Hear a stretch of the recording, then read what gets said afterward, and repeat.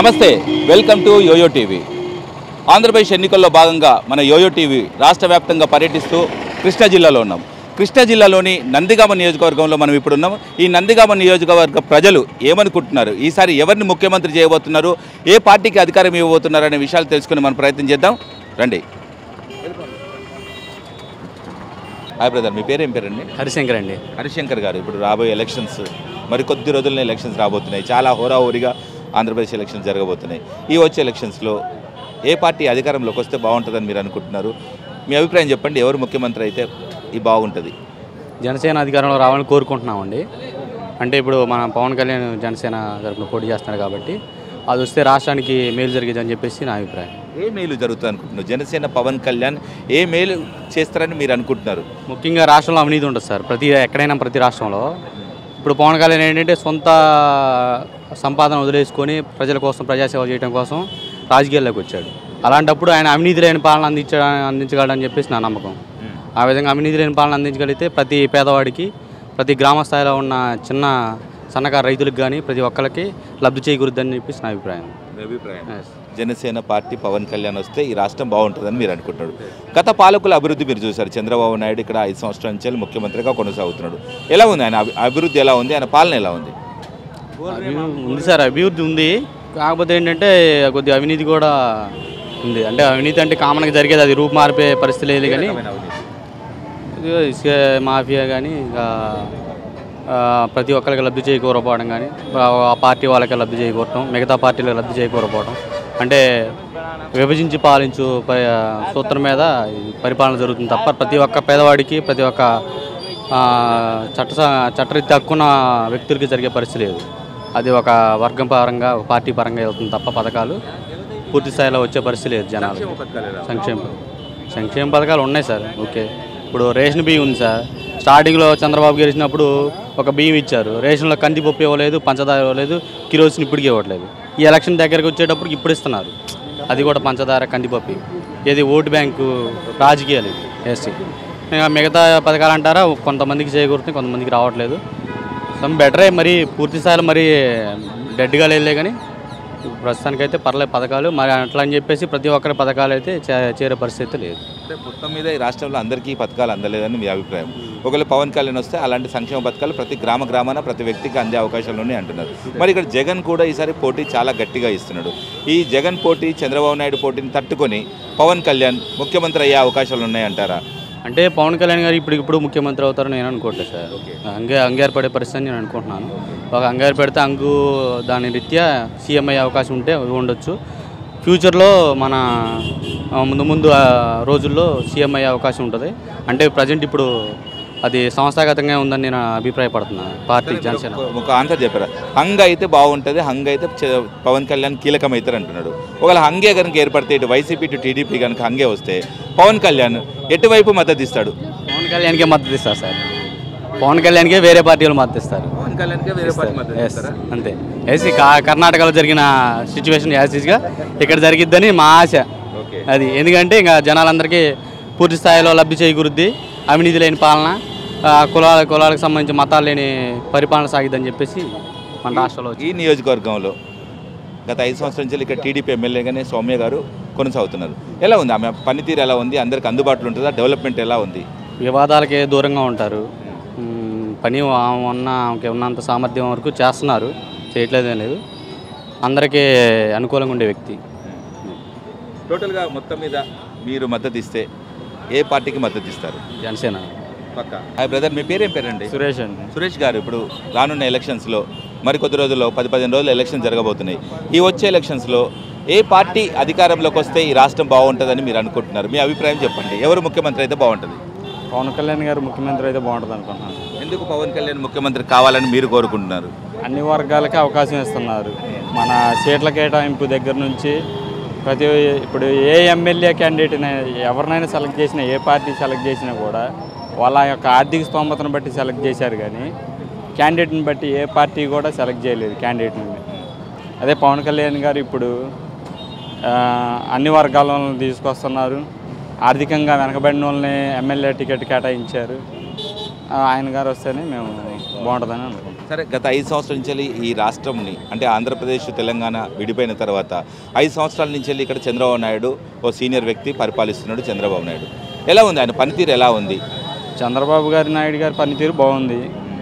కాకపోతే ఏంటంటే ఆయన కూడా వస్తే ఒక మాదిరిగా బాగానే ఉంటుంది, ఎందుకంటే మధ్యలో పనులు ఉన్నాయి.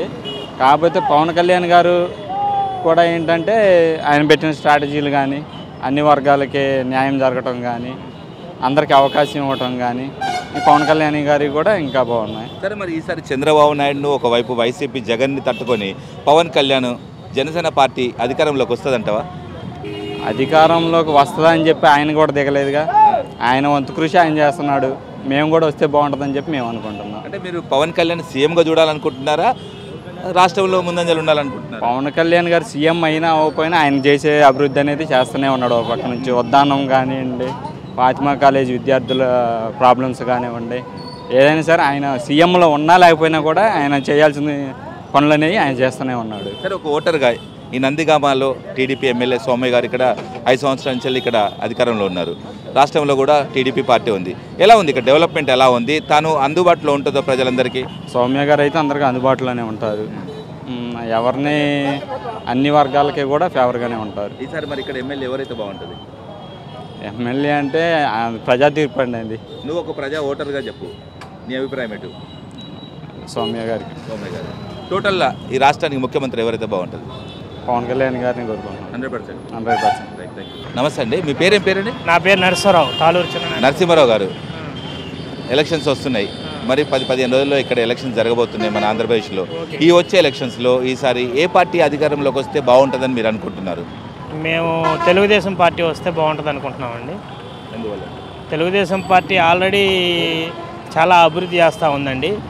మరి పెన్షన్ల విషయంలో కానీ, పసుపు కుంకం విషయంలో కానీ, మరి ఆ రాజధాని నిర్మాణంలో కానీ భవిష్యత్తులో మాకు భరోసా ఉండాలంటే ఒక తెలుగుదేశం పార్టీతోనే అయిద్దని మేము భావిస్తూ ఉన్నాం సార్. కొన్ని రాజకీయ పార్టీలు ఈరోజు వస్తూ ఉన్నాయి కానీ వాటి మనుగడ చాలా కష్టంగా ఉంది. ఎందుకంటే ప్రజల్లో ఈనాటికి కూడా జనసేన పార్టీ ప్రజల్లోనైతే లేదు. వైఎస్ఆర్సీపీ ఉన్నా కూడా ఆయనే మరి మనం ఎవరైతే మనని ఏదించారో, అక్కడ ఆంధ్ర ప్రజలు ఎవరైతే ఉన్నారో వాళ్ళు ఏదించారో వాళ్ళతో పొత్తు పెట్టుకొని చాలా ఇబ్బందులు చేస్తున్నటువంటి పరిస్థితి సామాన్య ప్రజలు గమనిస్తూ ఉన్నాం. మేము దాన్ని కూడా పరిగణలో తీసుకొని మేము తెలుగుదేశం పార్టీకి వెళ్దామని చెప్పి మేము అనుకుంటా ఉన్నాం. 5 సంవత్సరాల నుంచి చంద్రబాబు నాయుడు ఈ రాష్ట్రాన్ని పరిపాలిస్తున్నాడు. ఎలా ఉందండి డెవలప్మెంట్, ఎలా అనిపించింది మీకు? డెవలప్మెంట్ అంటే మేము ప్రత్యక్షంగా మీరు ఒక పల్లెటూరుకి వెళ్ళి చూస్తే ఈ రోజున ఒకప్పుడు ఎప్పుడు మన రాష్ట్రం, మన భారతదేశం స్వాతంత్రం వచ్చిన తర్వాత కూడా ఇప్పుడు వరకు కూడా మన రాష్ట్రంలో జరగలేనటువంటి పల్లె సేవలకు ఏవైతే కావాలో, మరి ఎప్పుడన్నా సిటీలో వస్తే సిటీలో రోడ్లే సిమెంట్ రోడ్లు చూసే పరిస్థితి. ఈ రోజు పల్లెటూరులో కూడా మేము సిమెంట్ రోడ్లు చూస్తూ ఉన్నాం. ఒక ముసలమ్మ వచ్చేసి మరి బయటికి నెట్టే పరిస్థితుల్లో కూడా ఈ రోజున మళ్ళీ అత్తని కోడలు కూడా మళ్ళీ అత్తని తీసుకొచ్చుకునే పరిస్థితి చంద్రబాబు గారు పెద్దన్నగా తెచ్చారని మేము అనుకుంటున్నామండి. సరే, తను అనేక సంక్షేమ పథకాలు పెట్టిండు, ప్రజలందరికీ అందుతున్నాయి అని అనుకుంటున్నారు. మీకు ఆ పథకాలు ఏమైనా ఇంతవరకు? మాకు ఖచ్చితంగా అందినాయండి. మా భార్య డోక్రా ఉన్నారండి, పసుపు కుంకం కింద 10,000 రూపాయలు వచ్చినాయి. మా పూర్తి రుణమాఫీ అయింది. మాకు పూర్తిగా కూడా రుణమాఫీ అయింది. ఇంకా సెకండ్ టైం కూడా, ఒక థర్డ్ టైం కూడా కావాలంటే ఈ నెలలో వచ్చేస్తున్నాయి. మాకు అటువంటి ఇబ్బందులు ఏమి లేదు. మాకు అన్ని సంక్షేమ పథకాలు అందుతున్నాయి. చాలా బేస్గా ఉంది. రాజధాని నిర్మాణం కూడా మేము బెటర్ అనుకుంటున్నాం. పోలవరం కూడా మేము బెటర్ అనుకుంటున్నాం. బాగా చేస్తున్నాయని మా ఒపీనియన్ సామాన్య పౌరుడుగా మేము అనుకుంటా ఉన్నాం. సరే, ఈసారి మరి ఈ వైసీపీ జనసేన పార్టీలను తట్టుకొని చంద్రబాబు నాయుడు అంటే గతంలో 2014లో కనుక చూసుకుంటే 2-3 పార్టీలతో పోటీ ఉండేది. ఈసారి ఇంకా అదనంగా 2 పార్టీలు వచ్చేసినాయి. ఇటు వైసీపీ వచ్చేసింది, ఇంకోటి ప్రజాశాంతి పార్టీ అని కేఏ పాల్ కూడా వచ్చేసిండు. ఇలా ఎన్ని పార్టీలను తట్టుకొని మళ్ళీ ముఖ్యమంత్రి చంద్రబాబు నాయుడు అవుతారా? ఇవాళ ఎన్ని పార్టీలు వచ్చినా కూడా పేద ప్రజలు కూడా, ఇలా సామాన్య ప్రజలకు కూడా మీడియా దగ్గరగా వస్తుంది. మీ మీడియా ఉండటం వల్ల మాకు సంక్షేమ పథకాలు ప్రతి ఇంట్లో తెలుస్తున్నాయి. ప్రతి ఆడగూతురు చర్చించుకోగలుగుతున్నారు. వంట చేస్తా కూడా టీవీలు చూసే పరిస్థితి. ఇలా చంద్రబాబు నాయుడు గారి పరిస్థితి ఏంటి, పక్కన రాష్ట్రాల పరిస్థితి ఏంటి, మరి పక్కన రాష్ట్రాల మౌలిక పరిస్థితులు ఎట్లా ఉన్నాయి, ఇవాళ మన రాష్ట్రంలో పరిస్థితులు ఎట్లా ఉన్నాయి కూడా తెలుసుకునే పరిస్థితులు ఇవాళ జనం ఉన్నారు. ఒకప్పుడు ఒక భూస్వామి చెబితే ఓట్లు వేసేవాళ్ళు. ఇలా సొంత భార్య కూడా మనం చెబితే ఓటు వేసే పరిస్థితి లేదు. వాళ్ళకి ఆల్రెడీ అవగాహన వస్తుంది. ఇలా ప్రతి ఇంట్లో కూడా ఒక డిగ్రీ ఎడ్యుకేటెడ్ ఉండు. ఇవాళ మన భవిష్యత్తు బాగుండాలంటే, భరోసా ఉండాలంటే ఖచ్చితంగా మనం ఏదైతే అభివృద్ధి పదంలో పోతానో అభివృద్ధి పదానికి ఓటేయాలన్నాం. మీరు ఆల్రెడీ కొన్ని విషయాలు మేము చూడేసాం. మరి జగన్మోహన్ రెడ్డి గారిని కూడా కొద్దిగా వేద్దామని చెప్పి జనాలు ఒకప్పుడు అనుకున్నారు. ఆయన చేసేటటువంటి పరిస్థితులే ఆయన దిగజార్చే పరిస్థితులకి ఇలా వచ్చింది. ఇలా సామాన్య పౌరుడు కూడా నిన్న వాళ్ళ ఇంట్లో మర్డర్ చేసి కూడా చనిపోయే తర్వాత కూడా నానా రకాలుగా మాట్లాడిన పరిస్థితి ఇలా సామాన్య మానవుడు కూడా టీవీల్లో చూసి వాళ్ళు ఏ విధంగా మాట్లాడుతున్నారో కూడా అర్థమవుతూ ఉంది. జనాలకు, మా అందరికి, సామాన్య ప్రజలు కూడా అర్థమవుతుంది. మేము వాటిని తిప్పికొట్టాలి. జనసేన పార్టీ ఉంటే జనసేన పార్టీ ఇలా పూర్తి స్థాయిలో రాష్ట్ర వైజ్గా బాగలేదు. మళ్ళీ వాళ్ళ అన్న ఏదైతే తప్పిదాలు చేసిండో, మళ్ళీ ప్రజారాజ్యం పార్టీ ఏదైతే ఉందో మళ్ళీ పోయి కాంగ్రెస్లో కలవటం, ఇవన్నీ ప్రజలు గమనిస్తూ ఉన్నారు. మళ్ళీ కూడా ఇటు అయిద్ది అనేది అపోహ వాళ్ళల్లో ఉండి వాళ్ళకు కూడా అవకాశం ఇచ్చే పరిస్థితి లేదు. ఇలా టోటల్గా ఈసారి ఇక్కడ ఈ నందిగామ నియోజకవర్గంలో ఈసారి ఎమ్మెల్యే ఎవరైతే బాగుంటుంది, రాష్ట్రంలో ముఖ్యమంత్రి ఎవరైతే బాగుంటుంది? టోటల్గా అయితే సౌమ్య గారు గెలవబోతున్నారు. ఖచ్చితంగా గెలుస్తారు. సామాన్య పేద ప్రజలు, బలహీన బడుగు వర్గాలు మొత్తం కూడా సౌమ్య వైపు ఉన్నారు. ఖచ్చితంగా మళ్ళీ చంద్రబాబు గారు ముఖ్యమంత్రి కాబోతున్నారు. భవిష్యత్తు రాష్ట్రం అభివృద్ధి పదంలో ముందుకు పోబోతా ఉంది. చూస్తున్నాం మనము ఇక్కడ కొంతమంది మనకు ఇక్కడ ఓటర్లు ఉన్నారు, ఇక్కడ నియోజకవర్గ ప్రజలు ఉన్నారు. వాళ్ళ అభిప్రాయం ఏంటో తెలుసుకునే ప్రయత్నం చేద్దాం మనం ఇప్పుడు. సార్ నమస్తే అండి, మీ పేరు ఏం పేరండి? శ్రీనివాసరావు బొమ్మన. శ్రీనివాసరావు గారు చెప్పండి, ఇప్పుడు మీరు ఇక్కడ ఈ నియోజకవర్గం సంబంధించిన ఒక ఓటరు, ఒక కామన్ మ్యాన్, చెప్పండి ఈసారి 2019 ఎలక్షన్స్ మరికొద్ది రోజుల్లో జరగబోతున్నాయి. చాలా హోరాహోరీగా ఉండబోతుంది. ఈసారి ఎలా ఉంటుంది? ఈసారి ఎవరు ముఖ్యమంత్రి అయితే రాష్ట్రం బాగుంటుంది? ఏ పార్టీ అధికారంలోకి వస్తే ఈ రాష్ట్రం బాగుంటుంది? మీరందరూ బాగుంటారు.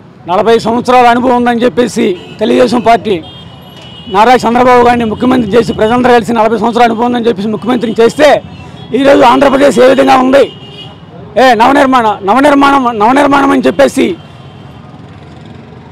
40 సంవత్సరాల అనుభవంతో పార్టీని తీసుకొచ్చి కూర్చోబెడితే ఎలా ఉంది? అంత అవినీతిమయమైపోయింది. కాబట్టి మాకు ఈసారి రాబోయే ఎలక్షన్లో మన జగన్మోహన్ రెడ్డి గారు కంపల్సరిగా సీఎం అవుతాడని, జగన్మోహన్ రెడ్డి గారు చేపట్టినటువంటి నవరత్నాలు ఏవైతే ఉన్నాయో ఆ నవరత్నాలు కూడా కరెక్ట్గా అక్షరాల నిజం చేస్తారని జగన్మోహన్ రెడ్డి గారి మీద మాకు నమ్మకం ఉంది.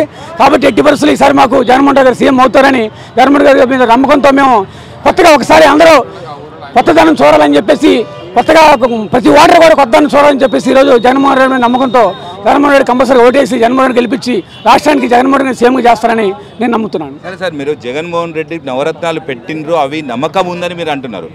సీనియరు 3-4 సార్లు ముఖ్యమంత్రి చేసిన అనుభవం ఉంది. అతను చేసిన అభివృద్ధి మీకు నచ్చలేదు అంటున్నారు. జగన్మోహన్ రెడ్డి ఇంతవరకు అభివృద్ధిలో రాలేదు, అంటే పదవిలో రాలేదు. తన మీద నమ్మకంతో చేస్తాడు, నవరత్నాలు బాగున్నాడు.